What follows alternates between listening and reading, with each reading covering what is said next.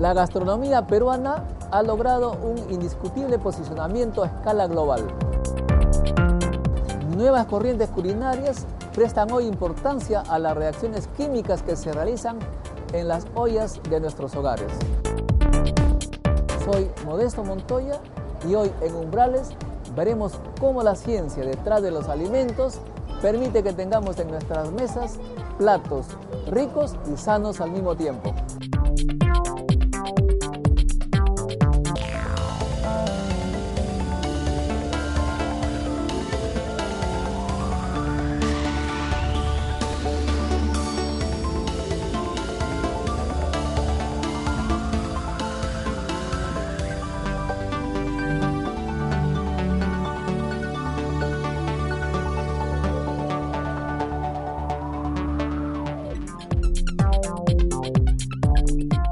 La cocina es un laboratorio donde se maneja variables físicas y químicas como la presión, la temperatura, la densidad, la humedad, la textura.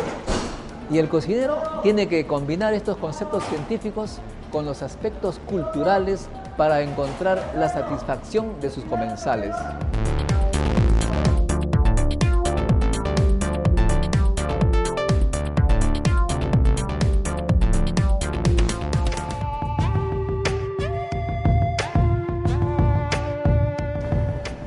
En Europa, un científico nuclear, Nicolás Curti, austriaco, en una conferencia en Inglaterra, dijo una frase que sorprendió a todos.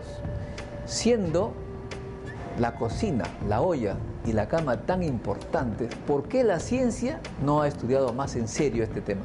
Por ahora nos queremos ocupar de la olla y para ello vamos a conversar con el cocinero Gisle Fernández Marsellés, que ha venido de Francia a enseñarnos los secretos de la ciencia en la cocina.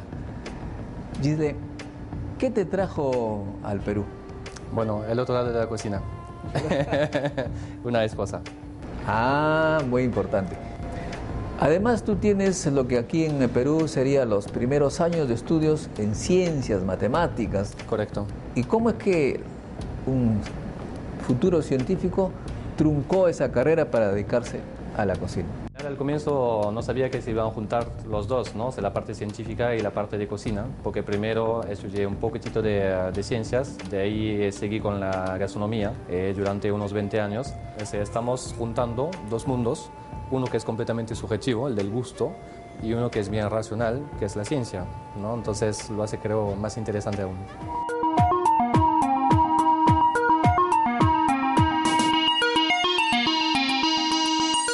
Generalmente nos gusta lo que uno ha comido de bebé.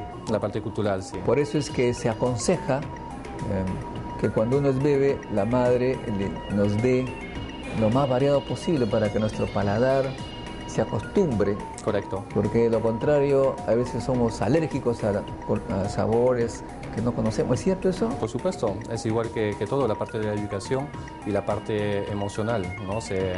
Nuestros sabores, es lo que nos gusta, está completamente relacionado con una parte emotiva, o sea, lo que nos recuerda la parte de la comida de la mamá. Entonces, desde la educación es importante, desde bebé, como estaba diciendo, ¿no? Como en música, como en comida, ¿no? Probar de todo.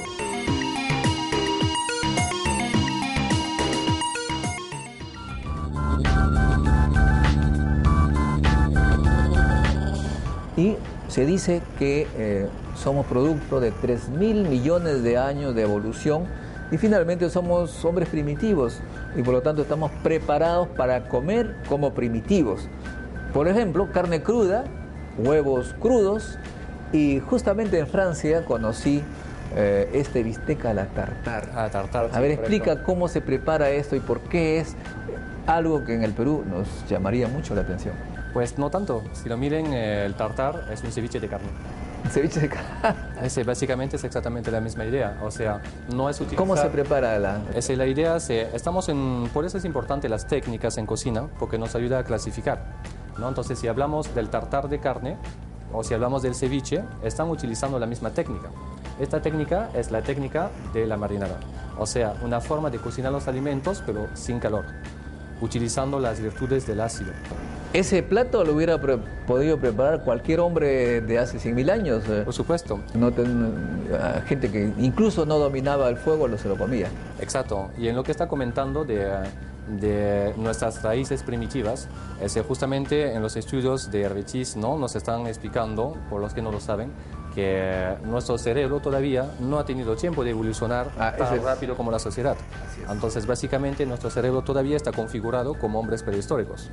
Pero el hombre primitivo ha sido producto de la evolución de 3.000 millones de años de vida y está preparado su paladar para comer lo que había en esa época, o sea, cosas crudas y frutas.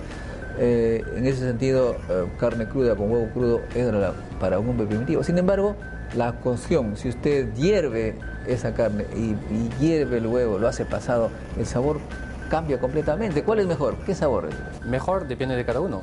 Depende de cada uno. Lo importante, como estás diciendo justamente, es el tema que nosotros, si hablamos de la ciencia de la cocina y de los cambios que aportamos a la cocina, justamente todo eso empieza desde que el hombre aprende a domesticar el fuego.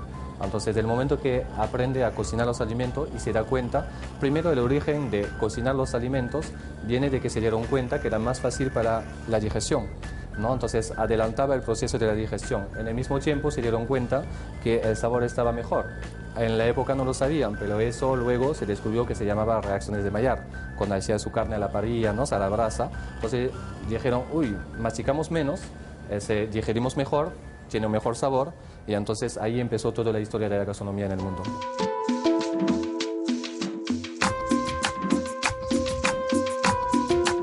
Pero al hervir, gran parte del poder nutritivo se pierde.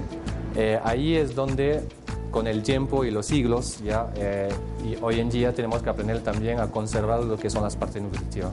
Entonces, en las técnicas modernas, y es lo que nos aportó justamente la ciencia al nivel de la cocina, es aprender a tener a la vez el gusto, a la vez las texturas que facilitan la digestión y a la vez conservar los nutrientes. Es muy difícil eso.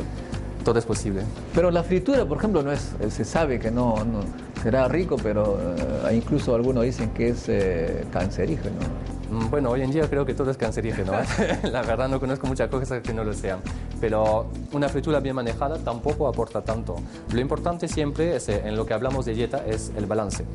Si todos los días como fritura, obviamente toda mi nutrición está desequilibrada.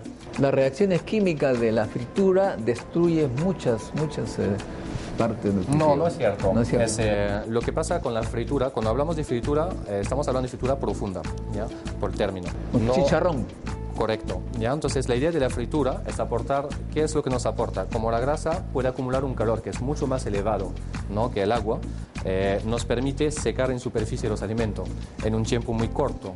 Entonces, al final, si uno lo mira, como el tiempo de pasaje en la fritura es muy corto, no le deja mucho tiempo para que pierda valor nutricional, sino que se reseque en superficie, se generan reacciones de Maillard que aportan el color y el sabor, ¿no?, pero no le da tiempo de perder. El hervido, sí, en contra, porque prolongamos más el tiempo y está bañado en agua y una temperatura más baja, y ahí sí se pierden mucho más nutrientes. Yo creo que estás defendiendo tu variedad de cocina. No, para nada. Simplemente estoy intentando de corregir un poco la idea de que cocinar rico tiene que ir con cocinar que sea pobre en nutrientes, o no sé, que no se pueda juntar comer bien y comer rico. Comer bien en el sentido de la salud, ¿no? Ahora, la ciencia, la tecnología ha inventado cosas, ¿no?, que antes los hombres primitivos obviamente no conocían. Por ejemplo, los azúcares. El azúcar es una cosa nueva y que también dicen que hace daño. Sí, pero de nuevo, el azúcar no lo han inventado, sino que lo han concentrado. El azúcar está contenido normalmente en la leche con la lactosis, está contenido en la fruta con la fructosis. La sacarosis es una mezcla de glucosa y de sacarosis, ¿no? Entonces, al final, lo que han hecho los hombres es sacar, ¿no?, de las fuentes de azúcares y utilizarlo en concentración. Obviamente que esta parte sí es dañina, porque en las necesidades que tenemos nutritivas, el azúcar es de lo último, ¿no? No de lo último, pero en tanta concentración no. Y la parte dietética que hace que hoy en día hay tanta obesidad es el tema de los postres, porque asimilamos nosotros el azúcar cuando se junta con la grasa cuando se junta con el azúcar. Entonces, combinando eso en un postre, obviamente es lo peor que podamos tener y lo peor que nos hace engordar, pues.